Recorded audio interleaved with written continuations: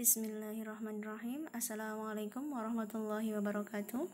Semoga kita masih dalam keadaan sehat jasmani dan rohani ya. Pada kesempatan kali ini saya akan membahas terkait Syiah ya, atau sekte-sekte dan doktrin dalam golongan Syiah atau kelompok ya. Syiah ini adalah pengikut ya, pendukung, bisa juga diartikan sebagai partai atau kelompok ya, yang mana kelompok ini dalam bidang keagamaan itu merujuk pada keturunan Nabi Muhammad SAW yang sering disebut dengan Ahlul Bait ya, seperti itu.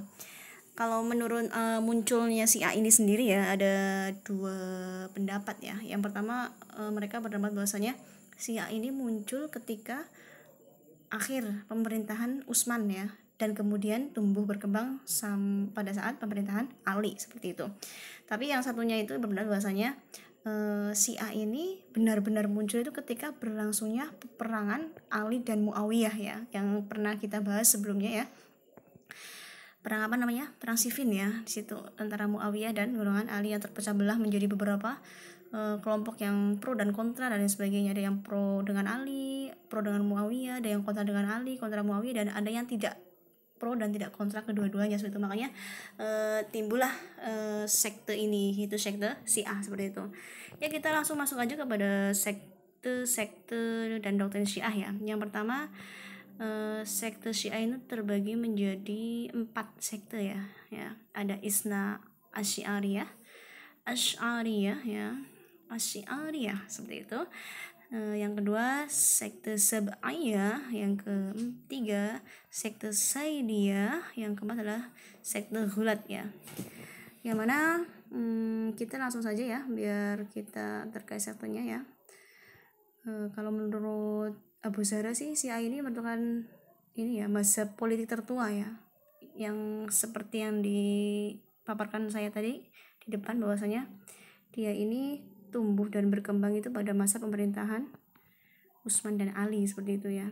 Tapi setelah itu terpecah belah menjadi 4 itu sendiri yang tadi saya sebutkan ya. Kita masuk kepada sekte Syiah Isna Asy'ariyah ya, Syiah 12 seperti itu ya. Syiah Imamah ini terkenalnya, seperti itu.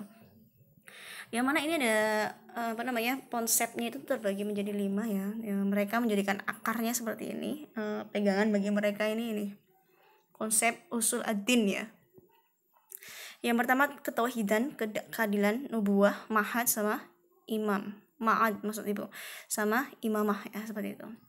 Yang pertama terkait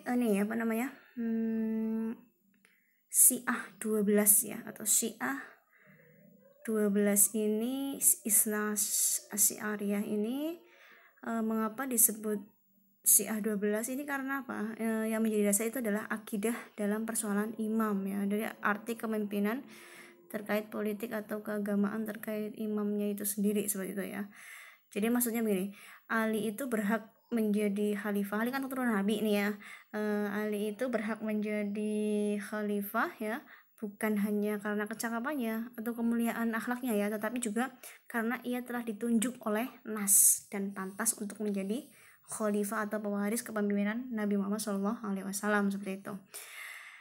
Kita masuk kepada konsepnya ya, at-tauhid atau tauhid ya, yang mana Allah ini, menurut mereka Allah ini Maha Esa ya, baik esensi maupun eksistensinya, dimana ia bereksistensi maksud saya dengan sendirinya sebelum ada ruang dan waktu ya.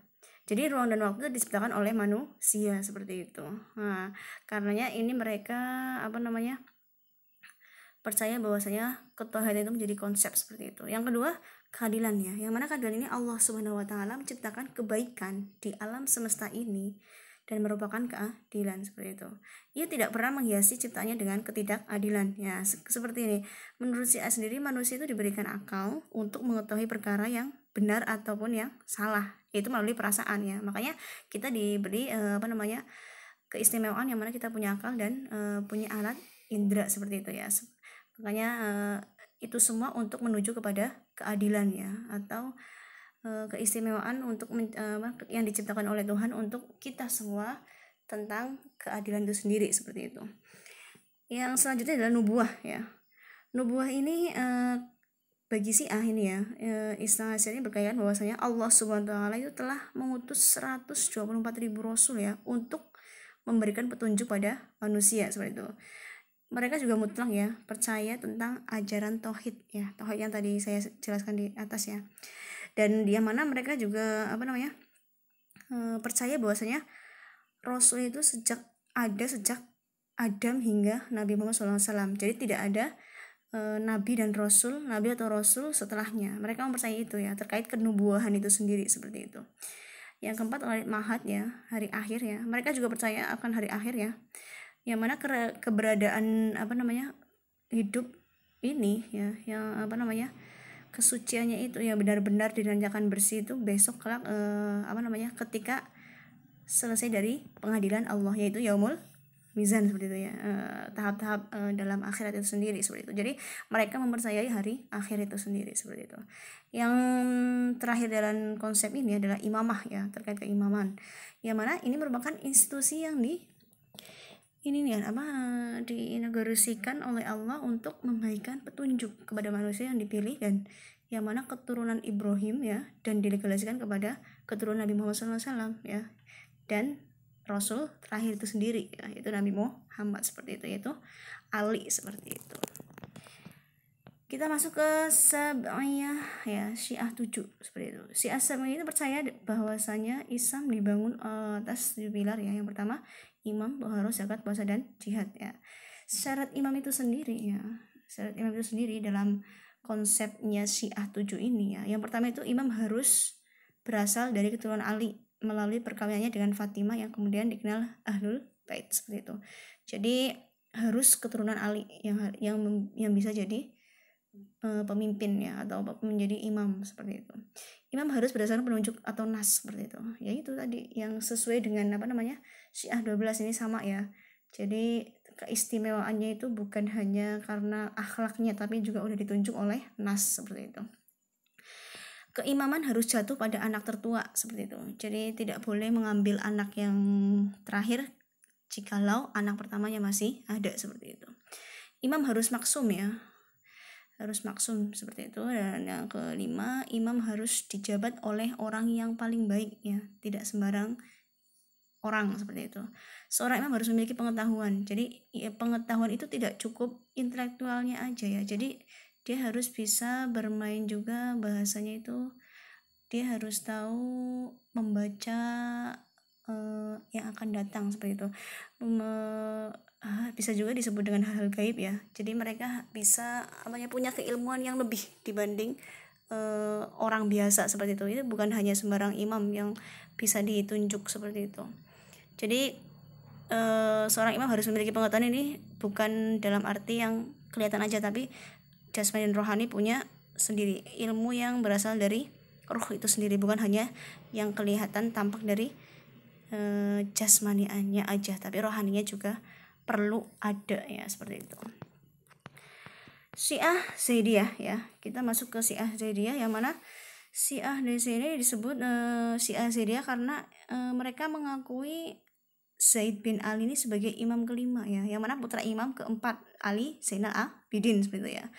Kaum ini menolak bahwasanya pandangan yang menyatakan bahwa sang imam yang telah mewarisi kepemimpinan itu Nabi Muhammad SAW maksudnya ya, telah ditentukan nama dan orangnya oleh Nabi, tetapi hanya ditentukan sifat-sifatnya seperti itu. Jadi tidak percaya hal itu ya, bahwa seorang imam yang telah mewarisi kepemimpinan Nabi Muhammad SAW telah ditentukan nama dan orangnya oleh Nabi Muhammad SAW, bukan seperti itu, tetapi hanya ditentukan sifat-sifatnya saja, seperti itu, paham ya? Jadi tidak ditentukan nama dan orangnya, tapi ditentukan sifat-sifat kriteria bagaimana sih seorang pemimpin yang sebenarnya, seperti itu ya. Jadi syarat imamnya seperti ini kalau menurut sekte ini ya. Yang pertama merupakan keturunan Ahlul Bait, jelas ya, baik melalui garis keturunan Hasan maupun Husain seperti itu. Memiliki kemampuan mengangkat senjata sebagai upaya mempertahankan diri atau menyerang. Jadi bukan ecek-ecek ya. Memiliki kecenderungan intelektualisme ini 11-12 sama tadi Syiah 7 ya, hampir mirip pengetahuan.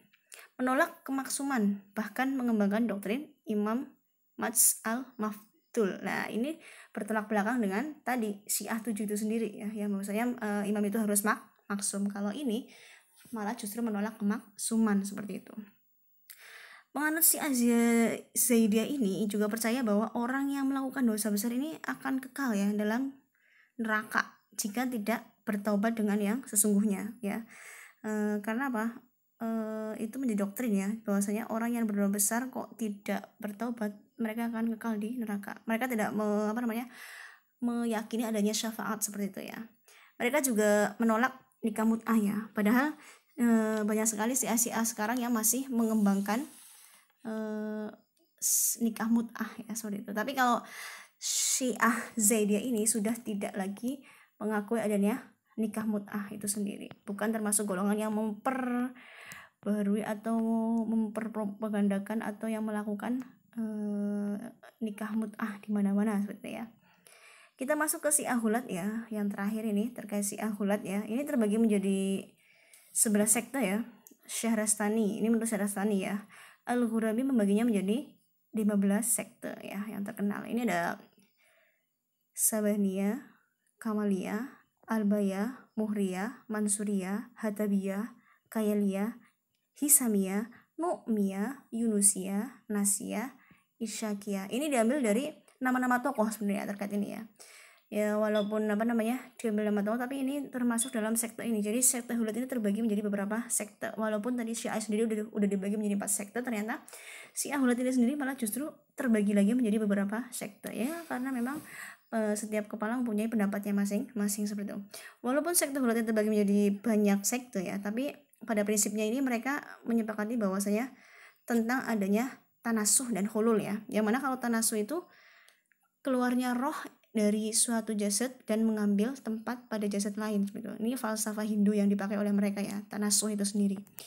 Dan hulul itu sendiri ya, Tuhan itu berada pada setiap tempat ya, berbicara dengan semua bahasa dan ada pada setiap individu manusia seperti itu. Jadi di mana-mana itu ada Tuhan, itu menurut Syiah Ghulat ini sendiri. Jadi hulul bagi Syiah ini sendiri ya, bagi Syiah Ghulat khususnya ya, berarti Tuhan itu menjelma dalam diri imam sehingga imam harus disembah seperti itu.